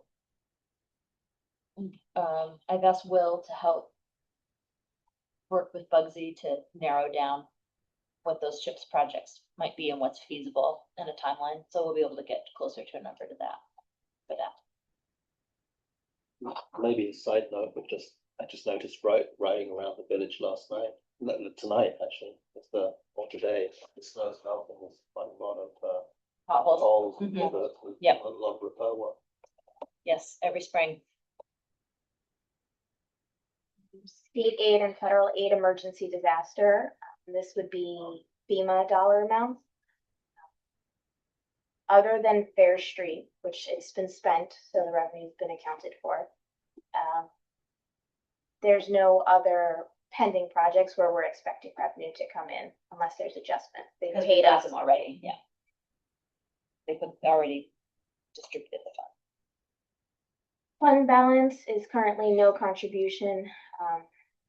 And then interfund transfers, water and sewer always contribute 18,000 to the general fund.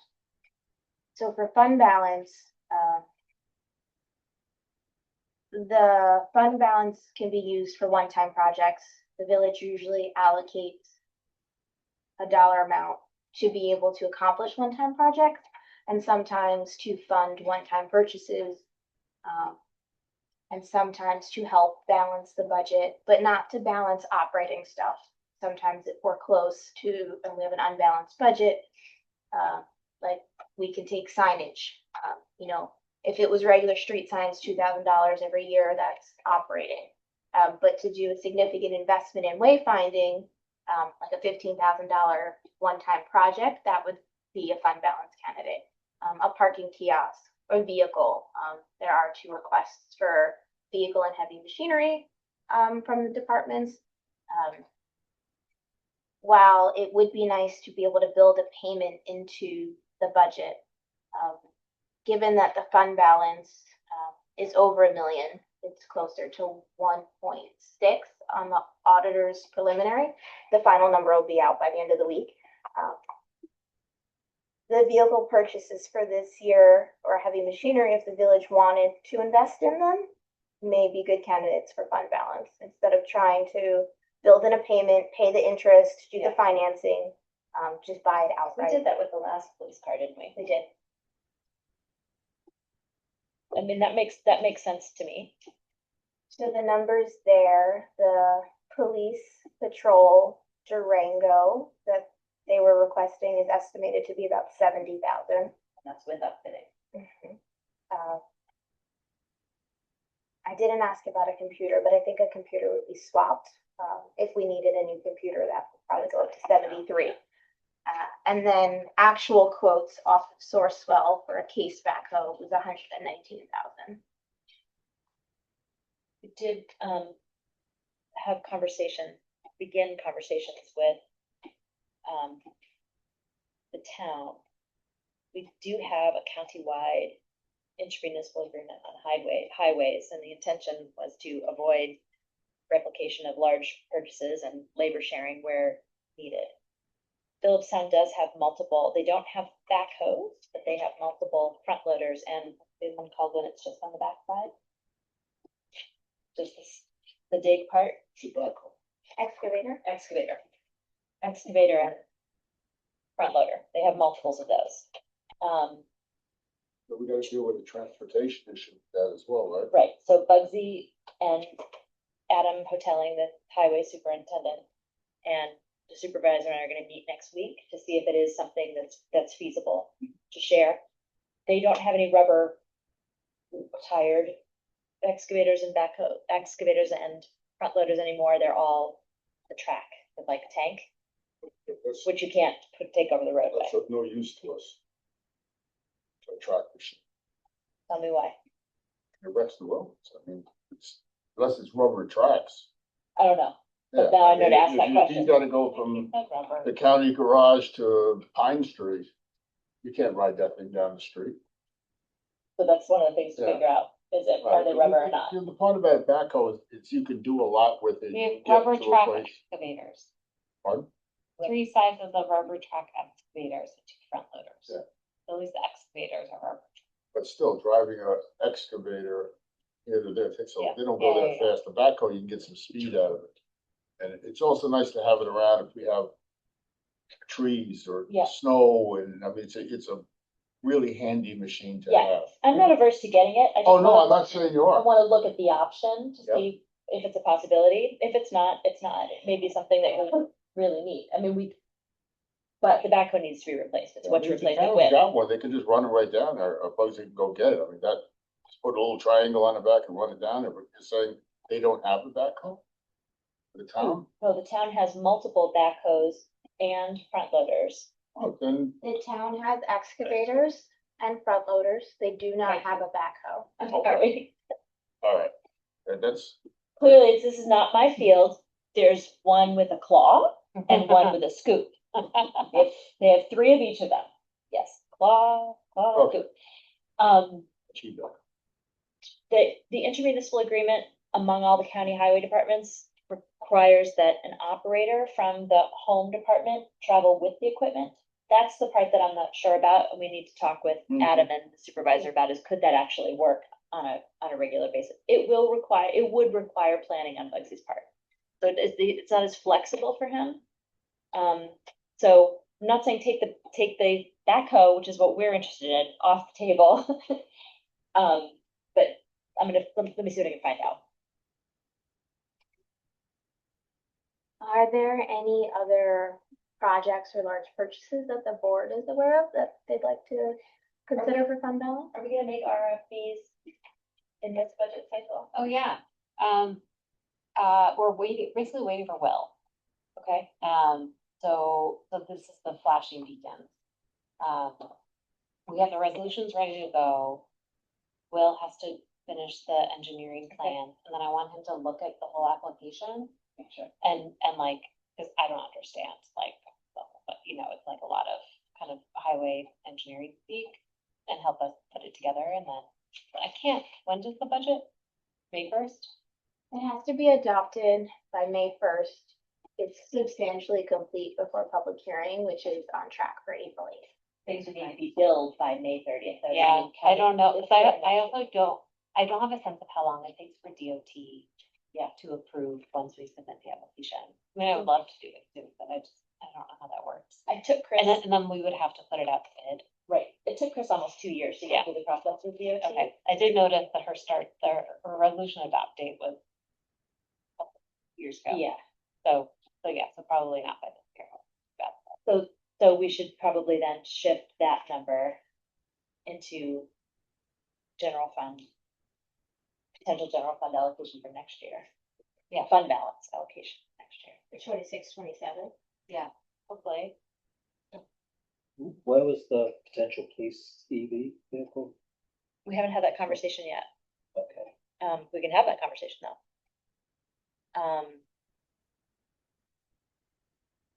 Can I explain it at this hour of the night? There is a memo from Matt that I think I shared with Michelle and Andrew, but I need to share it around with everybody and you, okay? You wanna try to explain it better? Go for it, Andrew. Matt, so Matt, the police department is trying to get to a consistent planned vehicle replacement so that we're not running any of the cars longer than X 100,000 hours on each of the engines. To get there, he needs to replace a vehicle. We don't have money to do two right away. One of the officer who's doing the fleet management now suggested bringing in one of the NYSERDA electric trucks as an auxiliary vehicle that would be used. It would not have a cage, the structure for detention in the back. It would not have a computer. It would be just lights and insignia, and used for things like the second foot patrol from April to November during the busy season. So that officer couldn't use it as an arresting vehicle, but could be able to get around the village and then call for backup if they needed a vehicle with a cage. Could also be a vehicle that's used at events when we bring out a bunch of cars to block streets, et cetera. It's budget neutral or nearly budget neutral if we use the NYSERDA grant to get it. And then the thinking is that extends the life of one of the cars a little bit longer until we can build in another payment. Am I explaining this correctly? It reduces the usage, mileage, wear and tear, maintenance on the fleet as a whole, because you're spreading the use across an extra vehicle. Right? Yes. And then the vehicle could, once the police have what they need, that electric truck can go to highway or water and wastewater. I think it's a creative solution. I'm open to it. I don't know what others think. And we can certainly have Matt be part of a conversation about it.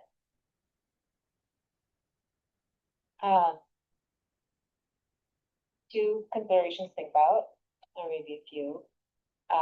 One is what we have left is 175,000, so it would be that we have in mind for solar, so it would be less solar.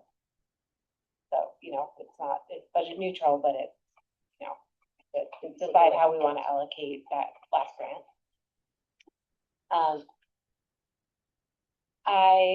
I think that the justifications are really good. I think I'd want to get a sense that they would actually use the vehicle. Like sometimes when something's free, you're like, oh, I could get two instead of one. I think it's important for them to have a really have in mind that they would use it rather than just occasionally.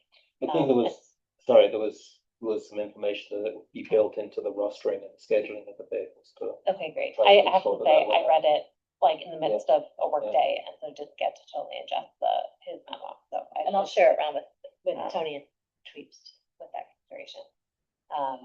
Great. So I think having having a plan of how to use it, then it makes a lot of sense.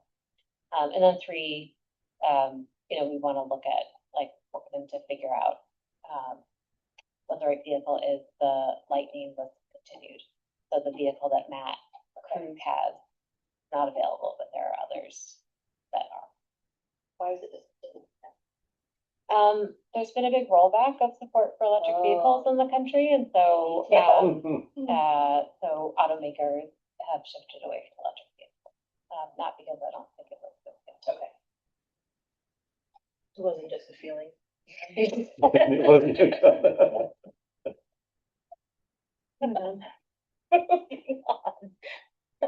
So, Michelle, what do you need on that point? I guess we'll talk about it more when we get to the police expenses next week. Okay. And then if that's something to really move forward with, we'll just have to figure out. NYSERDA, I know that the vehicle, Matt is not suggesting that it be fully upfitted, but it would need some things. NYSERDA doesn't pay for any of that. It's just a base vehicle. So we'd have to see what the minor impact is to be able to budget in or pay it out of our balance. I mean, if they wanted it, there's one, we've exchanged emails about it. There's one vehicle that is made for police, that's an EV. So I think we could, it doesn't have a cage, but it has other stuff, other stuff, I'm not sure. But it means that would be the total cost. And so I think we could charge NYSERDA for that total cost, but it's not a truck. Okay. I don't actually know what it is. I thought it was a Blaze. I think it's a Blazer. Yeah. And I think it's a small SUV. kind of like a roughly around the Explorer size. Okay. And I believe this is the first year that it may even be pursuit rated, which means that it's getting improved for police use. Yeah. The downside to that is if it was a vehicle to be transitioned out. It doesn't have the But I think it's worth the conversation. It's great to share amongst the departments, but if the purpose of the EV is to take hours off of the gas engine, I'm not sure that need fully goes away. It might go away when all the vehicles are newer, and then we'll be back in the same situation, unless we have to figure out how to get the police department on a rotating schedule of car payments and vehicles that is shorter than a 12-year. Right. Well, that's what this is proposed, as I understand it, I need to read it again. We all need to read it again, but it was being looked at as a bridge vehicle to buy time to get to the next purchase when then everything can be on that regular rotation schedule. I'm probably not explaining it very well. Makes sense. If we got that, where is the charger for that? I was just gonna say that, so, I think we need Top to plug? install. Too soon, too soon. Too soon. I mean, the garage or? Yeah, so we have to install something. We have like 4,000 that we don't know what to do with, right, in one of our grants, so that would actually probably get, if everything lines up right, you could get the install for less than that. So we need to, I think, that would crash. But it's not expensive to do one that's just for, like, what we do at our house. Mhm. Okay. Where does Matt charge the? Just one of the Water, Okay. there's not water, it's a double port. It was more expensive to do that. No, he does that wastewater, the water one is more Guys up expensive. there. So, and if it was in a pinch. That's Oh, tough. that is really cool. Although he has, anyway, we'll figure it out. Okay. The only other, so that's everything that I've prepared. The only other thing is, I'm not sure if we want to do it tonight, is go over more of the fee schedule or do that another night. I mean, I don't know. You wanted to revamp the fee schedule so it's easy to read? Yes. Why don't we do that? I'm mistakenly suggest do that, then so we can all look at it and have a discussion about it at the next meeting. It's 8:55. If we spend 5 minutes, it gets your ideas around what things might shift. So I'll put out suggestions and then we can go that route. We need to request again from the code enforcement office their recommendations. Dumpsters and pods are one that you noted that is quite low. Signs, that means like I'm applying to put a sign on my business, right? Page 2, that $50 fee. That's what I think it is. Fire and alarms, I think we need feedback from code enforcement. We addressed escrow tonight and application fees, docking fees we addressed. Right now we charge $500 for a bench and $200 for a plaque. Kelly started when she was in her previous position looking at how that ranks with other municipalities. It is a forever purchase, so are those numbers high enough?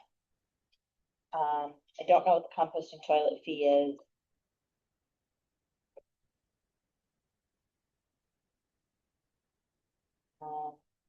Water we're gonna talk about next week. And short-term rentals a later discussion. We had escrow. That's everything. I have one more. Yeah. The title searches, if you will, they're called record search. They're on page 1. Other municipalities in the area, specifically Beacon, Nelsonville, and Fishkill, and Phillipstown, all charge $175. We charge $75 or $125, depending on what's asked. The other municipalities, it's just $175 for a record search. It takes Abigail time to do them. Fishkill differentiates between commercial and residential, how we do, and they're $175 for residential, $300 for commercial. What's the purpose of the record search? To make sure that COs and permits have been closed out properly on a house when it's. Oh, okay, so a mortgage company calls up. Yeah, and says, exactly. Oh, got it. So it's not a full title search, but I use that word because it's associated with the mortgage process of buying. And we get a lot of them. And it's a chunk of her time. I would be in favor of upping that. So maybe, Tony, to help it be easier to look at, let me ask the clerk if she thinks this is reasonable to get to a reformatted draft that we can work from for when we're next talking about that. I don't know how If quickly. it's next week, I don't Doesn't have to think. be next week. Are those fees posted on the? It's got to be for the April. That would work. What would Public hearing. I'll look at that. Oh, well, you can take this. Yeah, Oops, no, I mean, sorry. if it's on the website, I mean, it's more for the public to look. I'm sorry, I thought you were asking for this to be reformatted for you to work. No, you said it was hard to Clean it read, up, so I mean, it won't that's be- why I suggest reformatting, and we'll do another time, but. Got This worked out fine. Okay, that's it. Anything else? Motion to adjourn? Are we ready for motion to adjourn? Can you announce that we're gonna have a March 18th meeting? Are we? Did we decide? No. Sweeps is away and I'm all, Oh, and Laura's away. I So took, we talked about that earlier. Doing revenue expenses next week and then water and sewer the third week, which will be March 18th. so it will just be me and Tony and Andrew next week because they're away. Not Right, next you're- week. The 18th. 18th. I don't know if I can make it. That's the third, And when- On the 20th. third Wednesday, I can't make that. It's just you and him. We can do water and sewer on the 25th. We could do it on a, we have done that in a daytime session before, if when we needed to. So by March 20th, the tentative budget needs to be public and balanced. So I like to have discussions for it, but according to the state, once the tentative budget's there, that's, a lot of municipalities use that as the time to then make changes. I like to do it all as a collaborative process upfront because I think it comes with a better result. But water and sewer is pretty much the same year after year. It's a lot of operating stuff. So if the board's okay, I can balance a budget and pull out if we're gonna talk about it on the 25th or do a daytime meeting before the 20th. You need to have determinations on fees. And we need to have your models to look at to make determinations on fees. You're away the whole week, right? And you're away the whole week? Oh, no. You're not away. I thought you were away on the 18th. You? Never mind. I mean, and I'll go someplace. that's another thing, but. I don't know. And Tony. Yeah, I'm away, 18th, I got a commitment. So it would be the three of us. Do we have to, address any public comments before we close out, or no? No. No, okay. Public comment is always by the discretion of the board.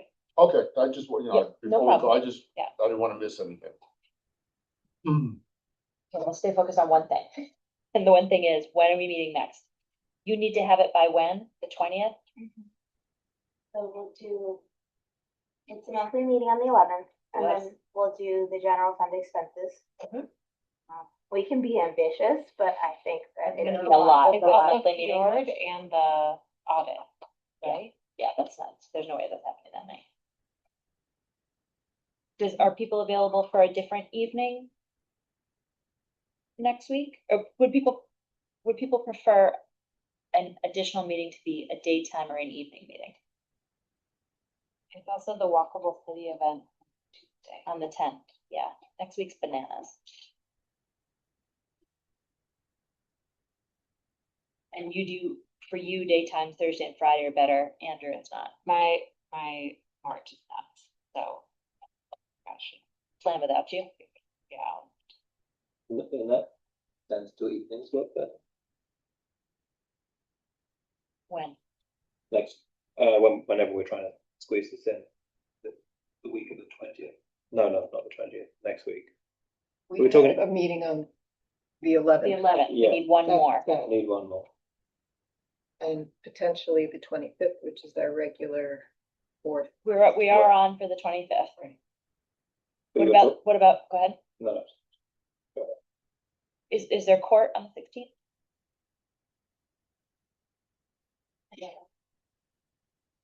Is it Monday a possibility? Monday the 16th? Yeah. Evening or day? Evening.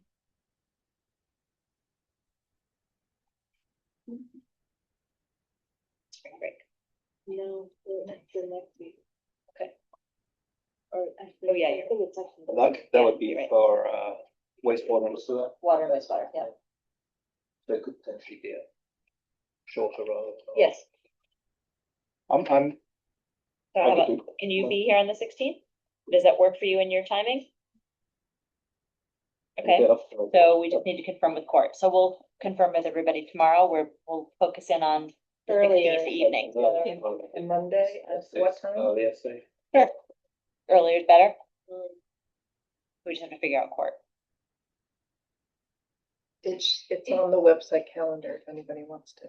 Just to make the Quick look. point, you guys all are available on that Wednesday. It's just Tony. Wednesday, the So- 18th. Yeah, so I think. if- Yeah, I got if- prior. But if you are not, you're not available on the Monday, are you available on the Monday? Monday, the 16th. Yeah. Yes. we could Okay, do then that. it makes sense. I was just gonna say, Right, because it'll just if be. he's not, then there's no difference whether it's Monday or Wednesday. What is happening tomorrow? Tomorrow is personnel. But it's at 1. It's at 1. Executive session. Right. And I think can only. But Andrew can come in person. So what time are we gonna do that one on Monday, or we didn't decide? That's what we're figuring out right now. I have to look at court. Can you do it on, it's, yeah, the way it's, the site is optimized on calendar? There's no court listed for Mondays in the month of March. Yeah, there we go. And Okay, I actually think I saw a note about that somewhere else. and the memo from Luke probably. We could Okay, send it so how and about six? cancel it if it's not. Yep. feasible. 6 o'clock on the 16th? Yeah. Great. 6 p.m. Monday, March 6th.